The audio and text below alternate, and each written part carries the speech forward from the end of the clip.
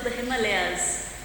Let me take you back, a little journey back in time to Kurseong, a small little hill station nestled in the heart of Darjeeling. Life was simple then, unpretentious yet wholesome, embedded as I was in the bosom of Mother Nature. The rolling mountains, the drifting fog, the sweet oranges, the aroma of the Makaibari tea, those are my most cherished memories and a part of my DNA. But then came the big transition. For further education, I shifted to Kolkata, graduated from Loreto, and eventually got married and settled permanently in this so-called city of joy, Kolkata. Don't get me wrong, I love Kolkata. I love the people, the fine creative sensibilities. I love the food, I love the drape. But then, Kolkata is not Kurseong. It's an overpopulated, over-trafficked, over-polluted, overwhelming place. And I often felt I'm trapped in this concrete jungle. But then, I had a secret source of sustenance. Just behind my bedroom window was a Jamun Tree. A huge, humongous, fully grown Jamun Tree with clusters of white jamun swaying in the breeze, squirrels prancing around, birds twittering. I felt I lived in Kurseong. They say trees have prana. They say trees have souls, that they can communicate with human beings. Well, I was soul bonded with my tree for the last 25 years. But then life happens. Through close sources, I was told that the area in which the tree was growing had got sold. It was an old Zamindar bungalow with a huge lawn, and a renowned promoter had bought it to build a multi-storied building. To clarify, the tree was growing in a plot adjacent, but the entire foliage, the leaves, just zoomed right into the building, into my bedroom window. It had belonged to me for the last 25 years, no disputes there.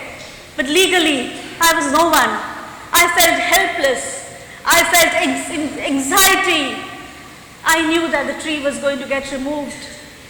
Now begins the real story. My mind was totally unsettled, and whenever I saw the tree, instead of giving me joy, it gave me anxiety. Like an uncontrollable loop, my thoughts went on and on and on, and like a chant I went on. Oh my God, my Jamun tree is going to get cut. Oh my God, my Jamun tree is going to get cut.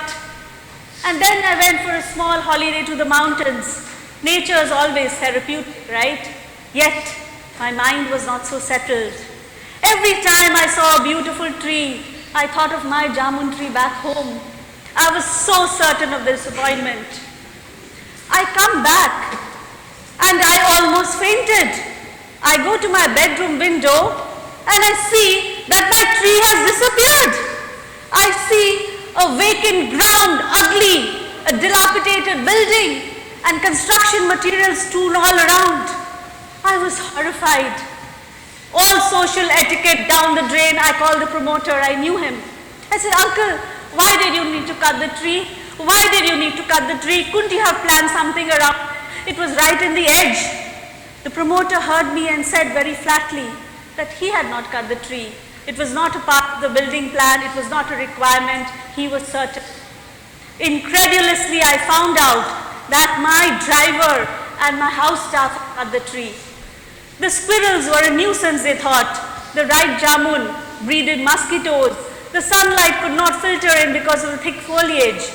They thought Madam would be so happy. At that moment, it struck me like lightning. It was I who had manifested this in my life. They were not to blame. Friends, because thoughts become things. I repeat, thoughts become things. I was so sure that the tree was going to get cut. It had to get cut. I did not need an outsider to cut that. I had triggered the law of manifestation. I had become a master manifester. What does the law of attraction say? That you manifest who you are. It's the law of resonance. I had constantly been thinking of such negative thoughts, it had to come true.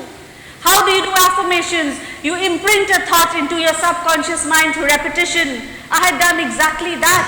On and on I had repeated that the tree was going to get cut. It had to get cut. It had to get cut. I had become a master visualizer. The demolition of the Jamun Tree, what a blockbuster movie I had created.